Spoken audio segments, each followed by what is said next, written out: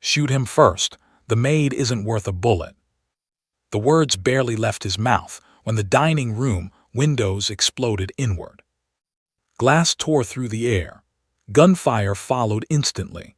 Masked mercenaries poured into the Vaughn estate like a black tide, rifles up, moving fast, trained, deliberate. Guests screamed and dove under the table. Chairs flipped. Wine shattered across marble. Alaric Vaughn froze in his seat, fork still in his hand, staring at death charging straight toward him. Before a single guard could react, the maid standing behind his chair moved. She pivoted, ripped a rifle from the first attacker and fired twice.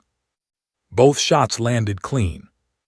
In the first seconds of chaos, she shot, moved, repositioned, and disappeared from sight faster than the security team could even draw.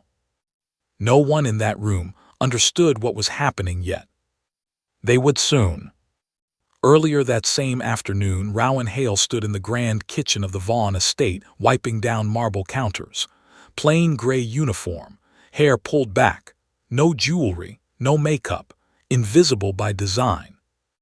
The house sat high in the mountains, isolated, quiet except for the wind pushing through pine trees.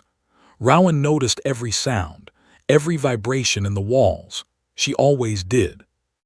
Maid Vaughn swept in, heels clicking sharply against stone, pearls resting perfectly at her collarbone. She stopped short when she saw Rowan still polishing the staircase railing. "That's not shiny enough," she snapped, running a finger along the wood.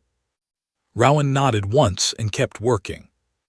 Alaric Vaughn followed, phone to his ear, barking orders about deals and numbers that didn't fit on normal spreadsheets.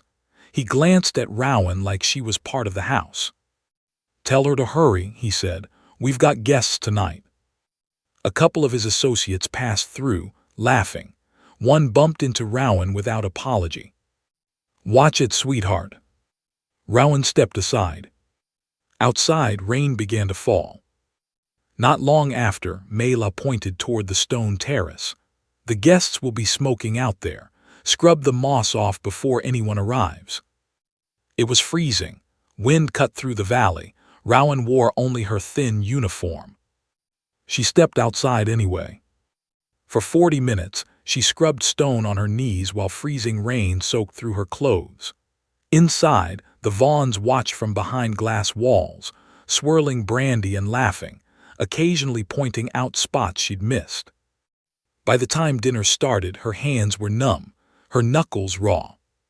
The guests arrived in waves of confidence and entitlement, suits, watches, casual cruelty.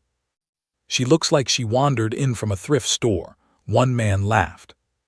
Mayla joined in. "Honestly, Rowan, at least try to look presentable." Alaric didn't intervene, as long as she does her job. Sterling, a tall investor with a smug grin, shoved his heavy coat onto Rowan's tray of crystal glasses. "That coat's worth more than your yearly pay," he said. "Don't drop it." Later, Alaric ordered her to hold a heavy silver soup vessel by hand so it wouldn't cool. 20 minutes, no stand, no concern. Her palms blistered. She didn't move. A guard snorted, "Stick to the shadows, Maid." Rowan paused, understood. Back in the kitchen, she noticed something wrong on the security monitors. A flicker, interference. She called it in. "Storm," security laughed. "Go back to work." By dessert, the humiliation turned mean. A piece of Wagyu beef slid off Sterling's fork and landed on the rug. $500 an ounce, he said, nudging it toward Rowan's shoe. "Go on, pick it up with your teeth." The room went silent. Rowan straightened slowly and met his eyes. "I'm not a dog." That was when the perimeter alarm screamed. The first shot shattered the window behind Alaric's chair. Mercenaries poured in from every entrance. "Secure the target, ignore the staff." Rowan was already moving. She disarmed a guard mid-panic and fired once. Another attacker dropped, then another. "What the hell?" the mercenary leader shouted. "Who is that woman?" Guests crawled under tables. Guards went down fast. Mela screamed. Alaric shouted orders no one followed. A mercenary grabbed Mela by the hair. Not on the list. Rowan dropped him before he could fire. They said the maid wasn't worth a bullet. The leader sneered over comms. They were wrong. Outnumbered, Rowan fought anyway. She kicked a grenade back through a shattered window. She used a kitchen mallet as a weapon. She turned hallways into traps and shadows into cover. When ammo ran dry, she switched to blades. One mercenary whispered into his radio, voice shaking, "Sir, the way she moves, that's not just a seal." Another voice answered, tight with fear, "That's the Wraith of Kandahar. The legend. Supposedly dead." Confidence collapsed. Men hesitated. That hesitation cost them everything. By dawn, the mansion burned. Bodies lay scattered, and Alaric Vaughn's empire began falling apart in real time. When the rescue helicopter arrived, Alaric shoved past the wounded. "I'm the priority," he yelled. Rowan grabbed him by the collar and threw him into the mud.